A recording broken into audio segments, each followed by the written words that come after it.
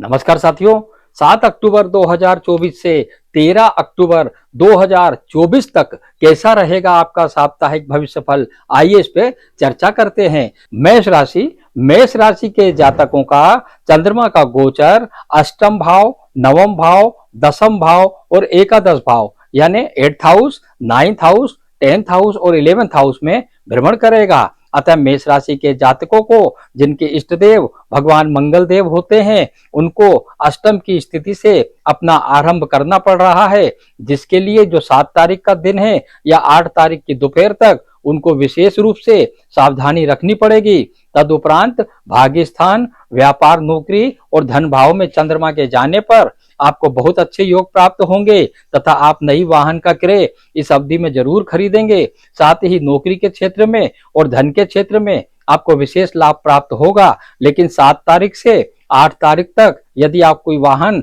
या नया मकान क्रय करने वाले हैं तो उस योजना को उस अवधि में रहने दीजिएगा। उसके पश्चात 9 तारीख से बाद आप ये सारी चीजें खरीद कर अपना शुभ योग बना सकते हैं। संतान के पक्ष में भी कोई शुभ समाचार तथा माता के क्षेत्र में भी आपको कोई बीमारी उनको पहले से थी तो उसके भी कोई दूर होने के संकेत आपको मिल जाएंगे तथा इसी प्रकार से आपको समस्त लाभ प्राप्त होंगे। वृषभ राशि के जातकों को जो आप संतान का कष्ट पूर्व से था वो दूर होने की पूरी संभावना है तथा पत्नी से भी किसी क्षेत्र में कोई मनमुटाव था या पत्नी को कोई सफलता प्राप्त नहीं हो रही थी या कोई पार्टनरशिप में कोई बिजनेस आप कर रहे थे तो उसमें बहुत अच्छे परिणाम आपको मिलना है, क्योंकि भाग्य आपके साथ में है तथा आपको नौकरी और व्यापार के क्षेत्र में और धन के क्षेत्र में भी विशेष दृष्टि होने के कारण चंद्रमा की आपको विशेष लाभ प्राप्त होना है। आकस्मिक रूप से कोई रुका हुआ धन या रुका हुआ कोई भी एक ऐसा डिसीजन था जिससे आपके बहुत काम बिगड़ रहे थे वो भी आपको मिल जाएगा। कि जिन लोगों से आपको पैसा लेना था यदि वो पैसे देने में दिक्कत थी तो इस अवधि के अंदर यदि आप ब्रह्मचारिणी माता की पूजा 9 दिवस तक करते हैं तो माता ब्रह्मचारिणी की कृपा से आपको वो समस्त लाभ भी प्राप्त होंगे। संतान के विवाह के योग और नए वाहन के क्रय के योग निश्चित रूप से वृषभ राशि में बन रहे हैं। मिथुन राशि के कारक भगवान गजानन गणपति महाराज की कृपा से चंद्रमा का गोचर 6th, 7th, 8th और 9th हाउस में आपका होने जा रहा है। इस अवधि के अंदर आपके रोग, ऋण और शत्रु जो पीड़ित कर रहे थे आपको, उनसे आप मुक्त हो सकते हैं। माँ भगवती अम्बे रानी की आराधना का ये पर्व जो आप करते हुए नाथेश्वरी मैया की पूजा अर्चना से आपको पूरे लाभ प्राप्त होने की संभावना है। साथ ही पत्नी को कोई विशेष पदोन्नति या नौकरी के क्षेत्र में यदि हैं तो उन्हें किसी प्रकार का शुभ समाचार नौकरी के क्षेत्र में और इंटरव्यू यदि उनका हो रहा है कहीं तो उसमें सफलता के पूरे योग बनते हैं। संतान को भी विशेष लाभ प्राप्त हो रहा है तथा जो ऐसे लोग जो कैरियर के लिए कोई कॉम्पिटिटिव एग्जाम दे रहे हैं उनको निश्चित रूप से इस अवधि के अंदर सफलता मिलने के पूरे योग बन रहे हैं। भाग्य स्थान आपका बहुत ही प्रबल हो रहा है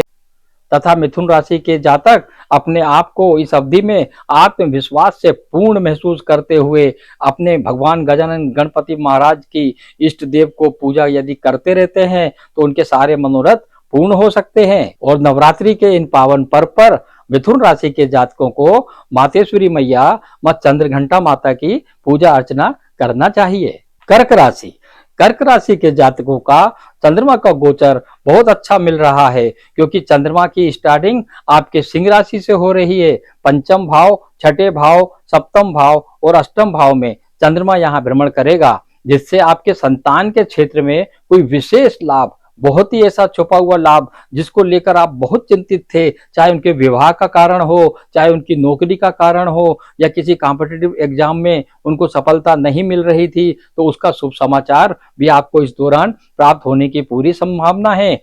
तथा आपके छोटे भाई बहन या माता पिता यदि किसी रोग से पीड़ित थे तो उस रोग से भी मुक्ति होने के पूरे संकेत मिल रहे हैं। शत्रुओं का नाश भी होना है और तथा साथ ही साथ आपकी पत्नी को तथा आपके पार्टनरशिप में कोई कार्य था तो उसमें भी सफलता के पूरे योग बन रहे हैं। लेकिन कर्क राशि वाले जातकों को शनि की ढैया पूर्व से ही चल रही है, इसलिए उन्हें अति आत्मविश्वास में आकर काम को नहीं करना है। उनको थोड़ा सोच विचार कर और बुद्धि का प्रयोग करते हुए माँ सरस्वती की यदि वो आराधना करते रहते हैं इस अवधि के अंदर तो उन्हें विशेष लाभ प्राप्त होना है। नवरात्रि के इस पावन पर्व पर हमारे कर्क राशि के जातक यदि कुष्मांडा माता जी की पूजा अर्चना करते हैं तो उन्हें विशेष रूप से सारे लाभ प्राप्त होंगे। सिंह राशि के जातक आत्मविश्वास से परिपूर्ण पहले से ही होते हैं तथा उनमें अपना रेपुटेशन को लेकर बहुत चिंता होती है। उनका एक ही जीवन में उद्देश्य होता है कि किसी भी प्रकार से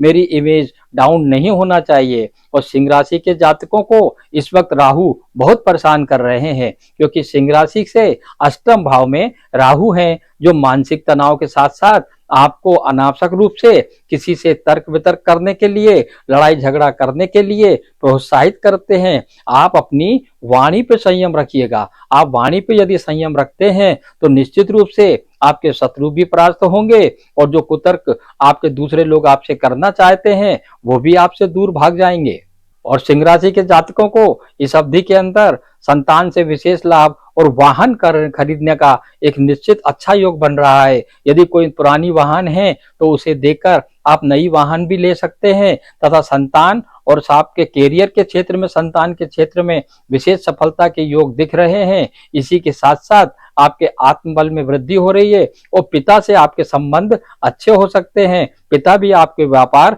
या नौकरी में कोई सहायता कर सकते हैं। और इसी के लिए सिंह राशि के जातकों को नवरात्रि के इस पावन पर्व पर माँ स्कंद माता का यदि आप पूजा पाठ करते हैं, उनके जाप करते हैं मंत्रों का, तो आपको विशेष लाभ प्राप्त होगा। कन्या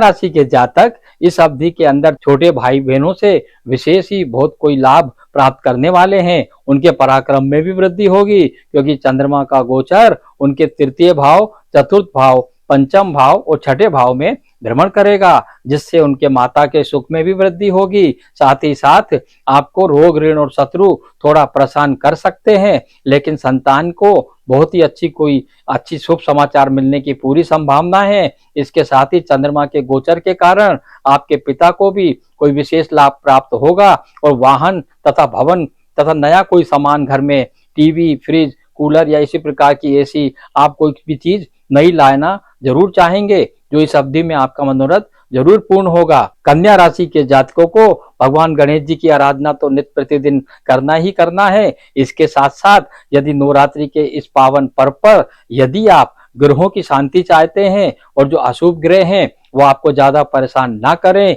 तथा विवाह के क्षेत्र में भी संतान की कोई चिंता बनी हुई है तथा कन्या पक्ष से या वर पक्ष से कोई किसी प्रकार की पीड़ा हो रही है विवाह के उपरांत, तो उसकी शांति के लिए माँ कात्यायनी माता जी का यदि आप ध्यान करते हैं, पूजा अर्चना करते हैं, तो आपको विशेष लाभ प्राप्त होगा। तुला राशि के जातकों को मालव्य योग शुक्रदेव प्रदान कर ही रहे हैं। लग्न में वो विराजमान होकर तथा उसी के साथ साथ बुध भी राशि परिवर्तन करके 10 तारीख से आपकी तुला राशि में ही प्रवेश कर रहे हैं तथा बुध और शुक्र का ये योग संगीत के क्षेत्र में आपको तथा एक्टिंग के क्षेत्र में तथा सभी प्रकार की कोई रिकॉर्डिंग या किसी प्रकार का संगीत का बहुत बड़ा आयोजन, धार्मिक आयोजन, इन सब में बहुत विशेष सफलताएं आपको प्रदान करने वाला है। माँ भगवती अम्बे रानी का कोई विशेष आयोजन भी आप इस अवधि में कर सकते हैं तथा गायन के क्षेत्र में विशेष रूप से आपका कोई कार्य रुका था तो उसमें आपको विशेष सफलता मिल सकती है। फिल्मों का निर्माण, उसका डायरेक्शन तथा अन्य प्रकार के एंकरिंग का वर्क यदि आप इस क्षेत्र में हैं तो आपके रुके हुए जो काम थे वो जरूर पूरे होने हैं तथा घर में खुशियों के साथ साथ नया कोई भी सामान आप जरूर क्रय करेंगे। खास तौर से कोई नई वाहन या कोई नया मकान या किसी प्रकार के घर की सामग्री खरीदने के निश्चित योग आपके बन रहे हैं। हमारी तुला राशि के जातकों को माँ देवी दुर्गा मैया की आराधना के साथ साथ यदि आप कालरात्रि माता जी की आराधना करते हैं, मातेश्वरी का कालमाती माता की कृपा से आपके सारे मनोरथ नवरात्रि में जरूर पूर्ण होंगे। वृश्चिक राशि के जातकों का लग्न से ही यहाँ पर आरंभ हो रहा है, क्योंकि चंद्रमा का गोचर 7 तारीख को वृश्चिक राशि में ही आ रहा है। उसके पश्चात वो धनु राशि, मकर राशि और कुंभ राशि में प्रवेश करेगा तथा शनि की ढैया पूर्व से ही वृश्चिक राशि के जातकों को चल रही है, जिससे वो बहुत परेशानी पहले से ही महसूस कर रहे हैं। लेकिन इस वक्त ये 4 दिन आपको विशेष रूप से शुभ कार्य होंगे जो शुरुआत के हैं 7, 8, 9, 10 और 11 तारीख तक आपका विशेष शुभ दिन है और आप इस अवधि के अंदर बहुत ही अच्छे कार्यों में सफलता प्राप्त करने वाले हैं तथा आर्थिक रूप से या कर्ज से या ऋण से यदि आप पीड़ित थे या हैं या उसकी बहुत कोई केस चल रहा है या मुकदमेबाजी चल रही है तो उसकी पीड़ा से आपको शांति जरूर मिल सकती है तथा दशम भाव में विशेष रूप से इसका प्रभाव देखा जाएगा, जिसके लिए नौकरी का कोई क्षेत्र जो आपका बहुत क्षेत्र से आप पीड़ित थे जिसमें आप चिंता कर रहे थे तो नौकरी और व्यापार में कोई शुभ समाचार मिलने की पूरी संभावना है।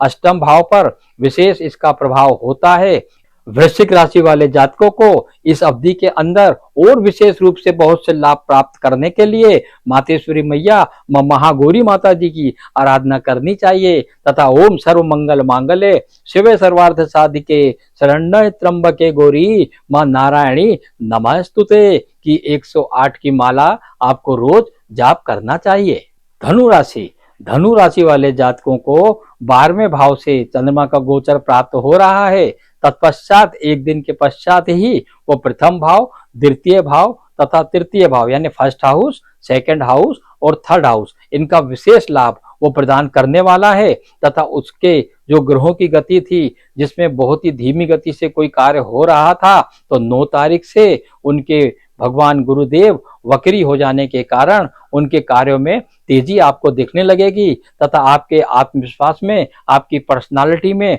वृद्धि होगी। कहीं आप इंटरव्यू के लिए जाना था और इंटरव्यू में या किसी व्यापार के क्षेत्र में कोई मीटिंग थी जिसके अंदर आपको सफलता प्राप्त नहीं हो रही थी तो इस दौरान इस अवधि के अंदर 8 तारीख से 12 तारीख के बीच में यदि आप इस मीटिंग का आयोजन करते हैं तो आपको निश्चित रूप से सफलता प्राप्त होनी है क्योंकि आपका प्रथम हाउस, फर्स्ट हाउस में यहाँ पर स्थिति चंद्रमा की गोचर गजकेसरी योग के साथ निर्मित करते हुए कुटुंब और धन के क्षेत्र में विशेष सफलताएं प्रदान कर रहा है। साथ ही आपके पराक्रम में वृद्धि करते हुए छोटे भाई बहनों को जो लाभ प्रदान करना है वो भी इस अवधि में प्राप्त होगा। इसी के साथ साथ भगवान गुरुदेव की कृपा से किसी प्रकार का कोई बड़ा वाहन आप खरीदने के योग बना रहे थे वो मनोरथ भी पूर्ण होने वाला है तथा दशहरे के दिन विशेष रूप से आपको भगवान श्री राम की आराधना करते हुए, भगवान विष्णु के श्री चरणों में नमस्कार करते हुए आपको उस दिन यदि आप व्रत रख सकते हैं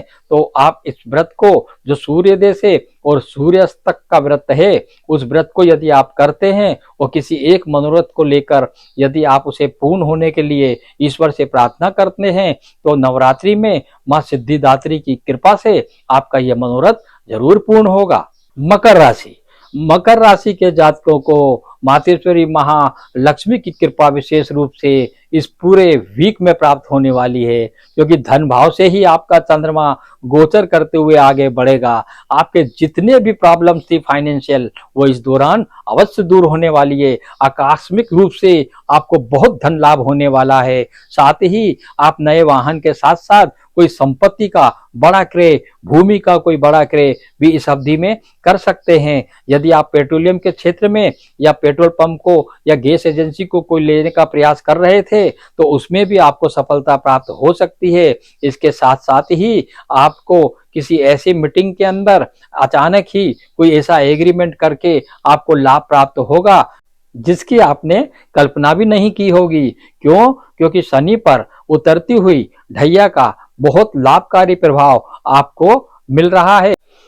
मकर राशि के जातकों को इस अवधि के अंदर मातेश्वरी मैया भगवती अम्बे रानी की पूजा अर्चना करने के साथ साथ आदि दुर्गा माता जी की यदि पूजा अर्चना और आराधना आप करते हैं तो आपके सारे मनोरथ जरूर पूर्ण होंगे तथा संतान से भी कोई विशेष लाभ उसको कैरियर के क्षेत्र में प्राप्त होने की पूरी संभावना है। कुंभ राशि के जातकों को मध्य के भाग में शनि की 7.5 पूर्व से ही चल रही है, लेकिन चिंता की बात न करें। अब कुंभ राशि के जातक इस अवधि के अंदर 7 तारीख से 13 तारीख की अवधि के अंदर मां भगवती की कृपा से, विशेष कृपा से कोई व्यापार और नौकरी और पिता की कोई चिंता आपको किसी कारण थी तो वो सारी परेशानियों से आपको मुक्ति मिल रही है। साथ ही आपको धन का विशेष लाभ कोई शेयर मार्केट के क्षेत्र में या किसी अन्य कमीशन के क्षेत्र में कोई धन का एक्सपेंडिचर आपने किया हुआ था तो उसका शुभ समाचार आपको जरूर प्राप्त होगा। इसके साथ साथ संतान को भी, जो आप मानसिक चिंता किसी प्रकार की लेकर आपको चल रही थी, तो उस संतान के बारे में भी मानसिक चिंता दूर होगी। पुत्री और पुत्र के विवाह का अच्छा योग संकेत मिल रहा है, उनकी भी बात आगे बढ़ सकती है तथा उनके कैरियर के क्षेत्र में और उनकी नौकरी के क्षेत्र में जो रुकावटें आ रही थी, किसी प्रकार के उनके व्यापार के क्षेत्र में कोई रुकावट आ रही थी, तो वो पूरी की पूरी इस अवधि में दूर हो सकती है। शनि की 7.5 के बावजूद भी आपका चंद्रमा का गोचर 10th house, 11th house, 12th house और 1st हाउस में भ्रमण करेगा। थोड़ा सा एक्सपेंडिचर आपका जरूर होगा, लेकिन विदेश यात्रा के योग आपके अवश्य बन रहे हैं। कुंभ राशि के जातकों को इस अवधि के अंदर मातेश्वरी मैया अन्नपूर्णा माता जी की यदि आप पूजा अर्चना करते हैं और उज्जैन में जाकर मातेश्वरी मैया अन्नपूर्णा माता जी के श्री चरणों में आप नमस्कार करते हैं, तो आपको इस अवधि के अंदर ही नहीं, आने वाले समय में भी विशेष लाभ मातेश्वरी मैया अन्नपूर्णा का प्राप्त होगा। मीन राशि के जातकों को गुरु ग्रह के वक्री होने का लाभ इस अवधि में प्राप्त होना आवश्यक रूप से संकेत दे रहा है। साथ ही आपके 9th house, 10th house, 11th house और 12th हाउस में चंद्रमा के गोचर की स्थिति बहुत अच्छी लग रही है। भगवान बृहस्पति जी की कृपा से तथा अन्य ग्रहों की कृपा से आपके भाग्य स्थान में बहुत ही अच्छा प्रबल परिवर्तन आ रहा है, जिसमें आप बहुत दिनों से किसी कार्य को लेकर चिंतित थे तथा आपका भाग्य साथ नहीं दे रहा था, या पिता के क्षेत्र में किसी प्रकार से आप तनाव में थे, चाहे उनको रोग को लेकर या उनके ऋण को लेकर, तो उससे भी आपको मुक्ति के बहुत अच्छे संकेत मिल रहे हैं। आपको स्वयं, आपकी संतान से तथा आपके माता पिता से विशेष लाभ प्राप्त होने की पूरी संभावना है